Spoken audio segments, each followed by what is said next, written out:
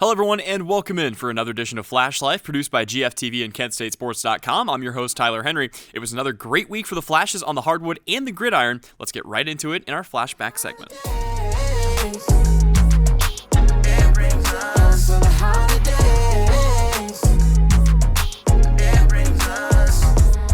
Kent State men's basketball team won 2 of their 3 games at the Naples Invitational to take second place in the tournament. Duquesne transfer Sincere Carey was named to the all-tournament team after averaging over 17 points per game as the Flashes defeated James Madison and George Washington before falling to ETSU in the bracket final. The Flashes returned home at 3-2 and advanced to 4-2 after taking care of business against Point Park University. Kent State will be back in action next week when they take on the Towson Tigers on December 6th.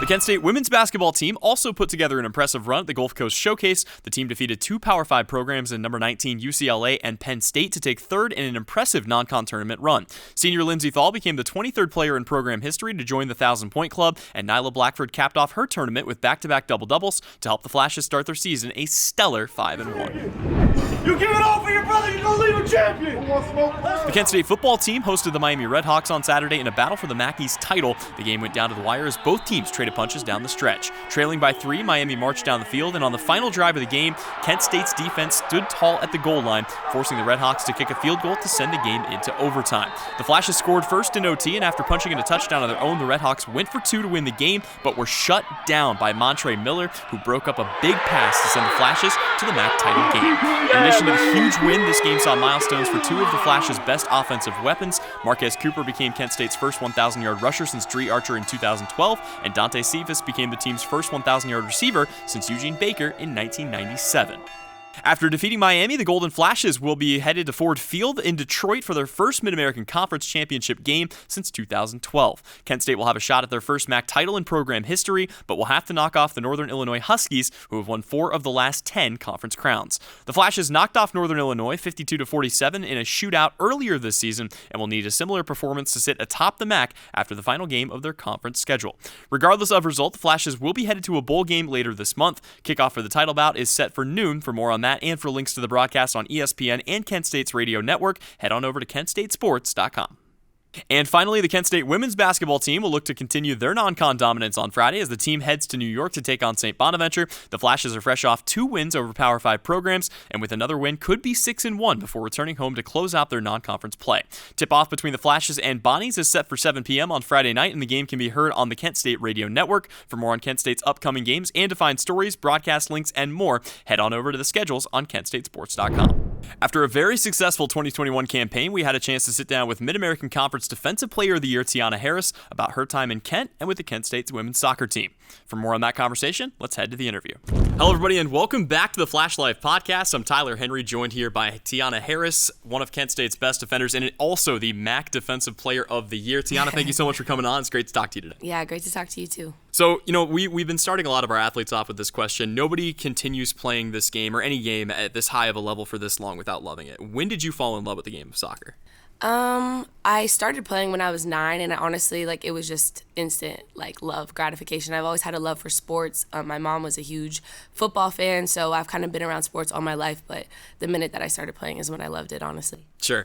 Growing up in Canada, I know there are a lot of sports up there as well as down here, but, again, what were some other sports that maybe you played growing up, and what positions did you play? I'm just curious. I played basketball for a little bit, but I wasn't the greatest at basketball. Sure. I also played volleyball all throughout elementary school and high school, but I didn't start out really good at it at all, but I got better over the years, and I played in high school too, but I played middle for volleyball, and I literally didn't even play to a certain position in basketball, so I just kind of went with the flow and stuck with soccer. Sure, fair enough. Well, obviously all of that brought you here to Kent State and to Northeast Ohio, and we've asked a lot of our athletes this as well, but why Kent State? What brought you here to become a Golden Flash? Honestly, circumstances kind of just aligned, and Kent State, I just ended up at Kent State. There was no certain reason for why, but I definitely know why I stayed, and I'm very grateful for the decision and how I got here, honestly. Sure. Talk a little bit more about, again, Coach Marinaro and just the program here. I mean, what was kind of your early impression as you continued to grow and become a part of this? What was it that kept you here at Kent State? Yeah, well, we started off with a great foundation, honestly. The coaching staff here is what really wanted me to dragged me here, honestly, kept me here.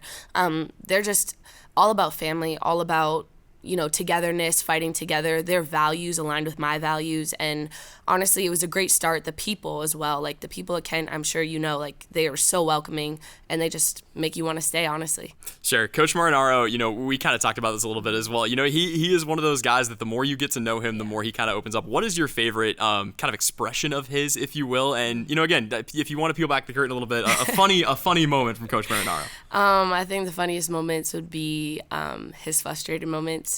He's a very calm, cool, and collected guy. So when you see him get kind of, frustrated, it's pretty funny. He does the thing where he kind of kicks the ball into the stands and out of frustration. And it's hilarious to see because he doesn't really get out of character, out of pocket. So seeing him in those moments are just kind of funny when you're not supposed to laugh. Sure.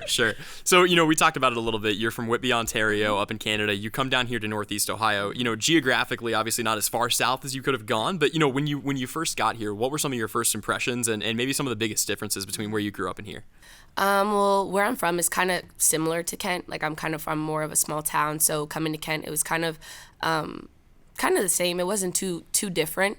I would just say kind of like we talked about, like the diversity thing. But other than that, it was pretty similar, pretty easy to adapt. And it was kind of nice being close to home because coming from Mississippi State, my mom couldn't come to a lot of games. But like when the border was open, like before COVID, she was at every single game. So it was just really nice to have kind of a close to home feel. Yeah. Oh, absolutely.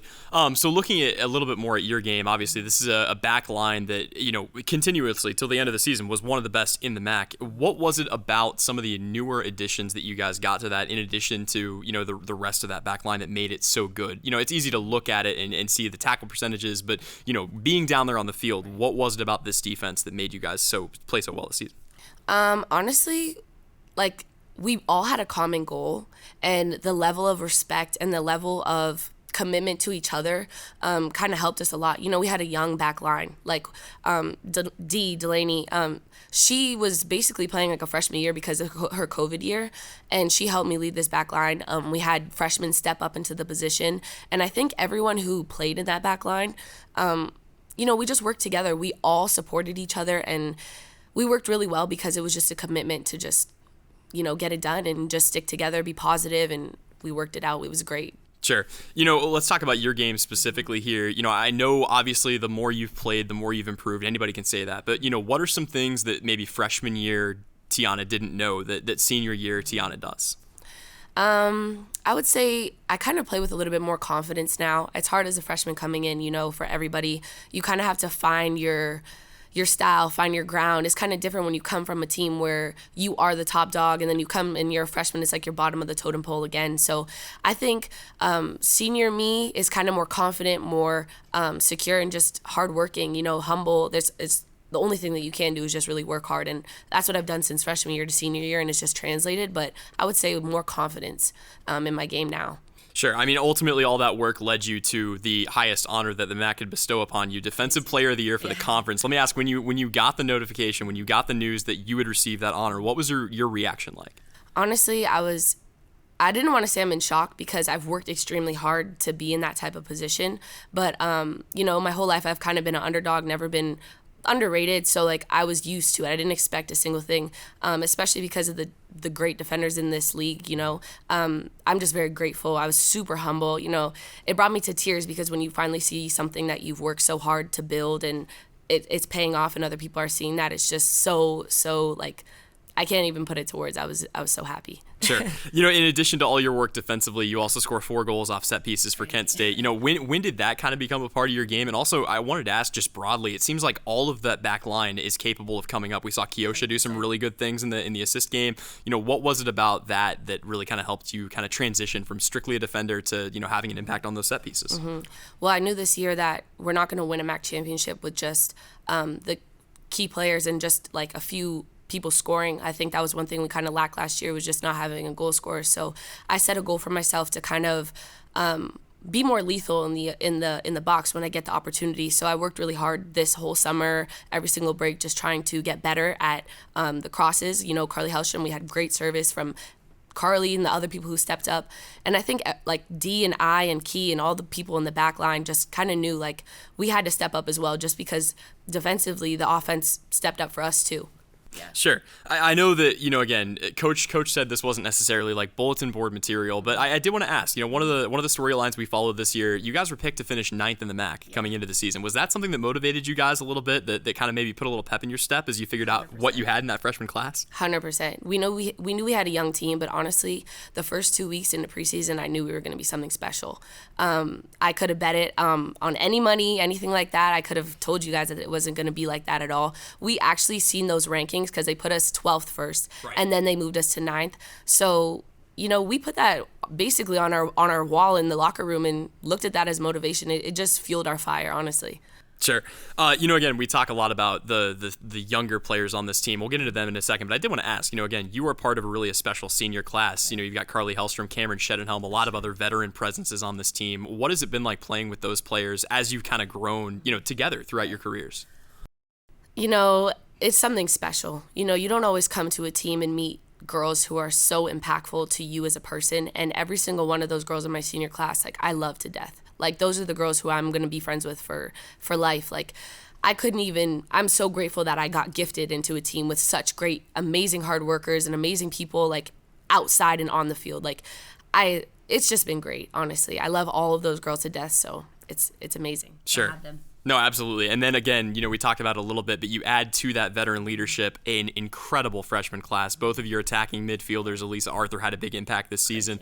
And the depth as well, players like Callie Cunningham. So, knowing that you have 3 players on the freshman All-MAC team, knowing that you have so much youth coming forward, how much more confidence does that give you that when you guys do step away from the game here at Kent State, this program is going to be in good hands? This program is going to be amazing. Honestly, we're leaving it in a great space, a great spot.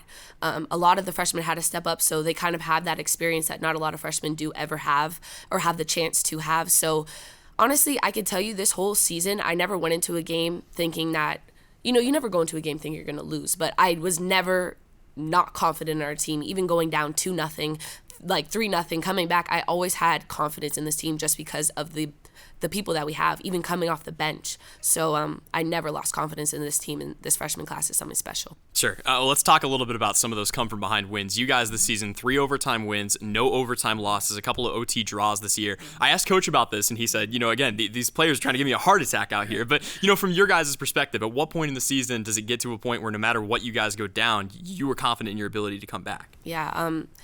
A key value in our team is resilience, and that was one thing we really talked about and focused on ourselves. Also, we had a kind of identity where we kind of thrived in overtime. Like, as soon as we got to overtime, it was like, oh, all right, like, let's pick it up. We didn't try not to let it get a little bit too crazy, keep you guys on your toes, but that was really what it was. We just, resilience, like, it was a key thing in our team, and that's what we brought every single time. Sure. Let's go ahead and really quickly recap the season for you guys. I mentioned 3 overtime wins, no overtime losses, 3 members of the All-MAC team, the MAC Defensive Player of the Year, 3 members of the All-MAC freshman team, 3 members of the All-MAC tournament team. When you look back on this year, I know obviously the final game didn't go the way you guys wanted, but overall, if you had to recap the season, what is kind of your takeaway from what could potentially be your final year here at Kent State? Oh, I don't even know how to put it to words, but if I were to recap this season, I would just say grit. This team had grit. This team had fight. This team had a whole bunch of things that, it's what it takes to win. And I think, like I said, like us leaving it how it is, if this is my last year, I'm very happy where it is, and they're going to do amazing things. Sure. We also like to get to know here on the show our athletes, outside of their contributions on the field. So, again, for you, for the team, I had a couple of questions here for you. First of all, I know you're obviously probably a big fan of international soccer. Really quickly, Team USA or Team Canada? Definitely Team Canada. Okay, of course. So how big was that Olympics for you? I know it's a little bit in the past, but still, your reaction to Canada winning it all there. It was crazy. We were here, so obviously we had some Team USA fans, and Autumn Eisenberg, she's also my roommate. We were watching it together, and it was just nice to have the up and up because we've always lost to the U.S. So this gold medal meant so much to us. Like, it was just bragging rights, honestly. Sure. So speaking of the Olympics, if you had to compete in a non-team event in the Olympics, what do you think you would have the best chance at overall? I would say probably tennis. Okay. Yes. Okay. No, I'm kidding. Not tennis. No. I don't know what I would compete in other than soccer. I don't know. I really don't know. Sure. No, you're good. You're good. So let's get into the makeup of this team a little bit. We know who the leaders are. Mm-hmm. Who are the biggest goofballs on this Kent State soccer team? We have a lot of goofballs on this team, but I would have to say Joey. Joey is hilarious. She is so funny. Even Elisa has her quirky jokes. Oh, but the biggest, like, quietest one that you wouldn't expect. Okay. Anna. Really? Yes, Anna has the funniest things that come out of her mouth, like you wouldn't even expect it. But she's definitely a low-key joker on her team. Okay, fair enough. Keeping it with the team here, who would be your team's best chance to win America's Got Talent? And what would that talent be? It could just be singing. I don't know. But yeah. Okay, America's Best Talent. Luca. She used to dance, so. Okay.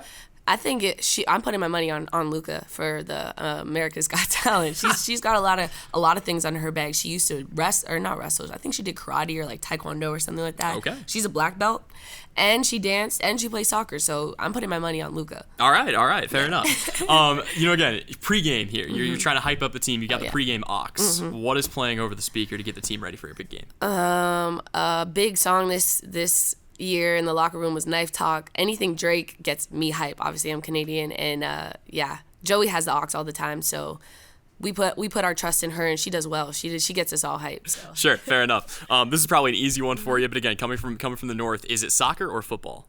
I'm definitely gonna go with football because I'm a huge football fan. My mom's a huge football fan. My brother played football throughout, but if I were to watch it, it would definitely be soccer. But watch it would be football, soccer. Definitely, if I was to play, I would choose soccer. Okay. Again, we talk a little bit more about Whitby, Ontario. What's the thing you miss most about home? In general, just my friends, my mom. I'm a big, huge mama's girl, so I definitely miss just being around family. You miss out on those things when you're away. So, yeah, just family, being comfortable, being in your own home is nice. I mean, this is like a new home to me, but nothing beats, being with your family. Sure. No, of course. We've asked everybody on the show this. This is probably the most important question you'll ever get asked, so I want you to think very carefully about your answer here. I'm ready. Is a hot dog a sandwich? Is a hot dog a sandwich? No. Okay, fair enough. And then really quickly, a couple of questions here to kind of wrap it up. Yeah. But again, when you think about the legacy of Kent State soccer, when you think about maybe trying to leave this program better than you found it, assuming of course this year is your last year, you're still trying to figure out whether or not you'll claim that next year. But again, overall, what would you say has been the biggest thing that your class has contributed to the culture of Kent State soccer? I wouldn't even say it was just our class who contributed it, but as a whole, together as a team, with the coaches and us, we came up with like core values of our team. So I think as a senior class, we've done our best to try and enforce those, and not really enforce them, but just kind of like show them what that actually means. So I think leaving them with those core values will make it a lot easier for them to have been able to see it, and then like also show the next generation and the next people coming up those exact core values. I think that's one huge thing that we've left with this team, and they've done a great job showing it as well. So I'm excited to see what they do next year and the years after that. It's going to be great. Sure. You talk a lot about the underclassmen and kind of the way you guys have been able to take them under your wing. Yes. Give me one player that maybe didn't have the biggest impact on the field that's going to be big for this program going forward, do you think? I would say, let me think here. I'm going to go ahead and say, Tori. Okay. Victoria, she really stepped in. She did her job. She did what she needed to do every single time. She's rise to the occasion when we needed her. And I think she's going to be great for the program. I think she's kind of underrated as well. And with the hard work that she's willing to put in, all those types of things, I think it's going to be great for her next year. So it's going to be exciting because she's going to be a huge aspect for the back four too. Sure. A couple more questions for you here. Again, you have a lot of commendations. You've racked up quite the trophy case, if you want to call it that, here at Kent State. Do you have a fondest memory of your time here in Northeast Ohio? My best memory, honestly, the feeling going into the semifinal, beating OU in the semifinal, I think would be the best memory I have. Just the feeling going into the game, it was something you just can't put to words. It's kind of like a feeling that you're never going to be able to get back. But I think that's my best memory, just going in with my team, like coming in underrated, coming in when no one expected us to do the things that we were doing this year, and and winning, I think that was probably the best feeling this year. Sure. You are obviously, again, the best MAC defender according to the conference. Right. Let me ask you this. Who is the Kent State attacker that you would least like to have to mark if they were on the other team? I hate marking Cam, and I hate marking Carly, but I definitely would say Cam because she's super physical, and I don't know how she does it. If you've obviously watched the games, there'll be like 3 people on her, and she's turning out of it. Like, it just doesn't add up to me. Yeah. So it doesn't ever make sense, but she somehow always comes out with the ball. So in practice, iron sharpens iron, so that's exactly how we work, and she's honestly made me way better. So I just definitely would hate marking her on the other team. I think I described her at one point this season as the most infuriating player to try to just do anything against. She is. Like, watching defenders try to figure that out, it was almost comical this season. They couldn't. They really couldn't. Yeah, and then eventually she just gets pushed to the ground. So Yeah. sooner or later, the frustration starts to mount a little bit. Exactly. Last thing for you here, Tianna. I mean, again, we talked about it. A great career, a great season here at Kent State. Whether or not you come back next year, overall, what is next for Tianna Harris after the Kent State chapter comes to a close? Yeah, I mean, I know exactly the direction I want to go. It's professional, but I don't know what's next exactly, but hopefully everything works out as planned. I trust God, I trust His plans, and I'm just going with the flow. All right. Well, thank you so much for taking some time to talk to us you. today. It's been great getting to know you a little bit better, and we'll be back with more great content. Wake up in the morning, thanks to the Lord where my joy is. I can feel the love all around me. Look how far we've come, it's astounding. And we can't forget the reason. We can only love because of Jesus. Family gather around the tree. Hope it never ends, I don't wanna leave.